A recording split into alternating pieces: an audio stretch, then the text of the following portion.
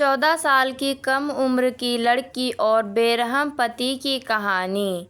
14 साल की रानी की शादी 25 साल के विवेक के साथ कर दी गई। शादी बहुत अच्छे तरीके से निपट गई। रानी अपने ससुराल आ गई। ससुराल आने के बाद सभी रीति रिवाज बहुत अच्छे से हो गए।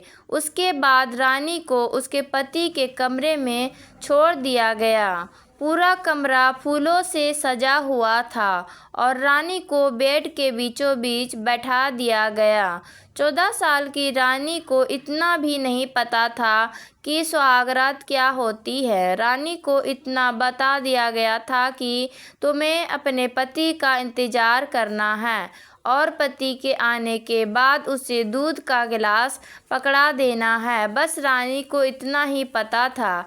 जब विवेक कमरे के अंदर आया तो रानी कांपते हुए हाथ से दूध का गिलास विवेक को पकड़ा दिया। विवेक ने अपना रूम का दरवाज़ा बंद कर दिया। रानी कांपने लगी तो विवेक ने कहा, तुम मुझसे डर क्यों रही हो? मैं कौन सा तुम्हें खा जाऊंगा? शादी के बाद क्या होता है तुम्हें पता तो है ना?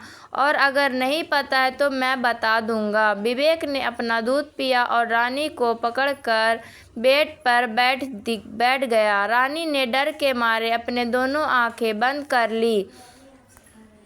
विवेक जैसे जैसे उसको छू रहा था रानी को डर लग रहा था, जैसे शरीर के अंदर हजारों सुइयां कोई चुभा रहा है।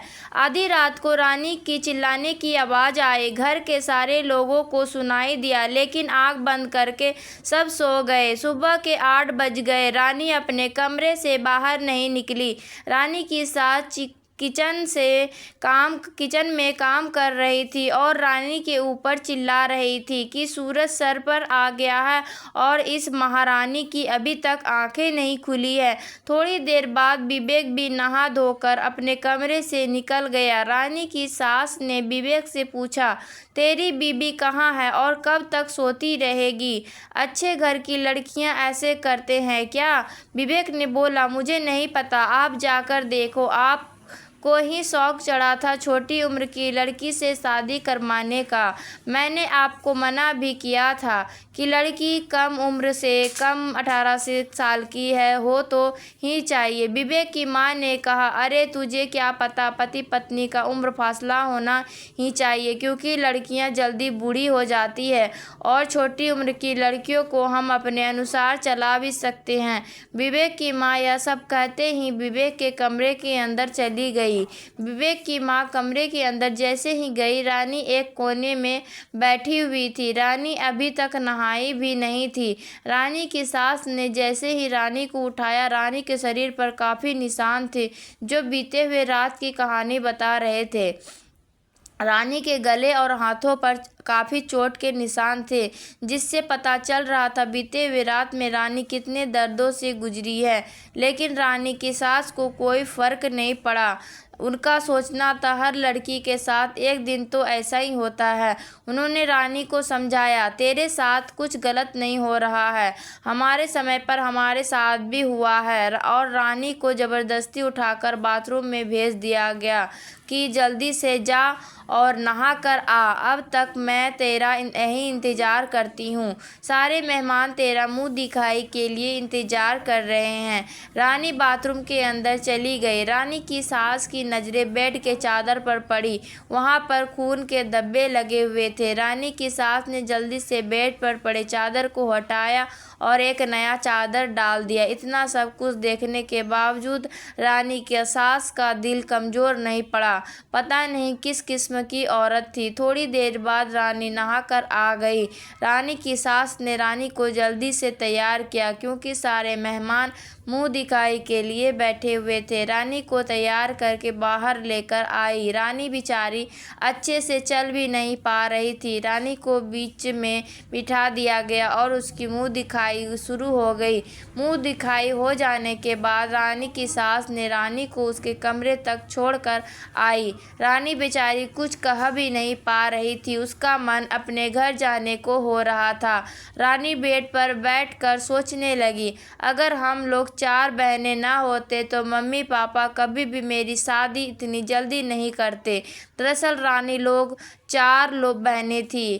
उसके पापा ने बेटा करते करते 4 बेटियां पैदा कर दी। रानी सबसे बड़ी थी। रानी के पापा को बेटियों की शादी की चिंता होने लगी कि मेरे पास तो इतने पैसे भी नहीं, मैं अपनी बेटियों की शादी कैसे करूँगा। रानी और रानी की बहनें देखने में बहुत सुंदर थी और साथ ही सुशील भी थी। एक शादी में रानी की सास की नज़र रानी पर पड़ी। उनको एक ही नज़र में विवेक के लिए रानी बहुत पसंद आ गई। रानी की सास काफ़ी पैसे वाली थी। उन्होंने रानी का रिश्ता रानी के पापा के सामने रखा। रानी के पापा ने बोला, रानी तो अभी बहुत छोटी है। रानी की सास ने बोला, हमें कुछ नहीं चाहिए, बस आपकी बेटी पसंद आ गई है। देख लीजिए, ऐसा रिश्ता फिर आपको दोबारा नहीं मिलेगा। और आपकी 4 बेटियां भी हैं। एक बेटी की अच्छे घर में शादी हो जाएगी तो आप बाकी बेटियों की ज़िंदगी संभल जाएगी। बाकी आप देख लीजिए आपको क्या करना है। रानी के पापा ना चाहते हुए भी विवेक की मम्मी को कहा, हाँ कर दिया। रानी अभी यह सब सोच ही रही थी कि विवेक की मम्मी रानी के लिए खाना लेकर आई। रानी सहमी सी बैठी हुई थी। विवेक की मम्मी ने कहा, तुम्हें बहुत दर्द हो रहा है ना, चलो मैं अपने हाथों से तुम्हें खिला देती हूँ। विवेक की मम्मी खाना खिलाते खिलाते रानी को समझा रही थी कि बेटा, शादी के बाद यह सब होता ही है, लेकिन अगर तुम सहयोग दोगी तो तुम्हें इतना दर्द नहीं होगा और फिर आहिस्ता आहिस्ता सब ठीक हो जाएगा। लेकिन उस रात को भी रानी के साथ ज़बरदस्ती ही हुई। विवेक भी इस बात को समझने को तैयार नहीं था कि उसकी पत्नी अब यहीं पर रहेगी। विवेक को अपनी पत्नी को इन सब चीज़ों के लिए थोड़ा समय देना चाहिए। सिर्फ पत्नी को शारीरिक तौर पर अपना नहीं बनाया जाता, बल्कि मानसिक तौर पर भी उसको तैयार करना पड़ता है। और अभी रानी की उम्र ही क्या थी। रानी को यह पीड़ा सहते सहते लगभग 2-3 महीने बीत गए। रानी मानसिक तौर पर बहुत ज़्यादा कमज़ोर हो गई थी। एक दिन रानी बेहोश हो गई। डॉक्टर को बुलाया गया तो रानी का चेकअप करने के बाद डॉक्टर ने बताया, रानी माँ बनने वाली है। घर में खुशी की लहर दौड़ गई, लेकिन रानी खुश नहीं थी। रानी को यहाँ समझने वाला भी कोई नहीं था। रानी सोच रही थी कि मैं खुद एक बच्ची हूँ और मैं एक बच्चे को जन्म देने वाली हूँ। रानी को 3 महीने हो गए। एक दिन अचानक उसके पेट में बहुत तेज़ दर्द होने लगा। रानी को डॉक्टर के पास ले कर गए। डॉक्टर ने रानी का चेकअप किया और उसका अल्ट्रासाउंड भी कराया तो अल्ट्रासाउंड से पता चला कि बच्चा अब नहीं रहा, लेकिन रानी को इसका दुख नहीं था। धीरे धीरे समय बीतता गया। रानी दोबारा माँ बनने वाली थी, लेकिन इस बार भी उसका बच्चा नहीं रहा। घर में बहुत दुख का माहौल था, लेकिन रानी दुखी नहीं थी। डॉक्टर ने रानी और विवेक दोनों को बुलाया और दोनों के आपसी रिश्ते के बारे में पूछा, जिससे डॉक्टर को पता चला कि रानी इस रिश्ते में खुश नहीं है, क्योंकि शुरुआत से उसके ऊपर जोर जबरदस्ती की गई थी। डॉक्टर ने विवेक को अकेले बिठाकर समझाया कि अपनी पत्नी को प्यार से पाने की कोशिश करो, उसके साथ जोर जबरदस्ती मत करो। रानी तुम्हारी पत्नी है और हमेशा तुम्हारे पास ही रहेगी, इसलिए कुछ टाइम शारीरिक संबंध ना बनाकर रानी को दिल से जीतने की कोशिश करो। रानी के 2 बच्चे खराब हो चुके हैं, जिससे रानी शारीरिक तौर पर बहुत कमज़ोर हो गई है और मानसिक तौर पर तुमने कमज़ोर कर ही दिया है। पहले एक अच्छा पति बनने की कोशिश करो, उसके बाद एक अच्छा पिता बनना। डॉक्टर की बात सुनकर विवेक को अपने ऊपर शर्म आ रही थी। विवेक अपनी पत्नी को लेकर घर आ गया। विवेक को डॉक्टर की बात समझ आ गई थी।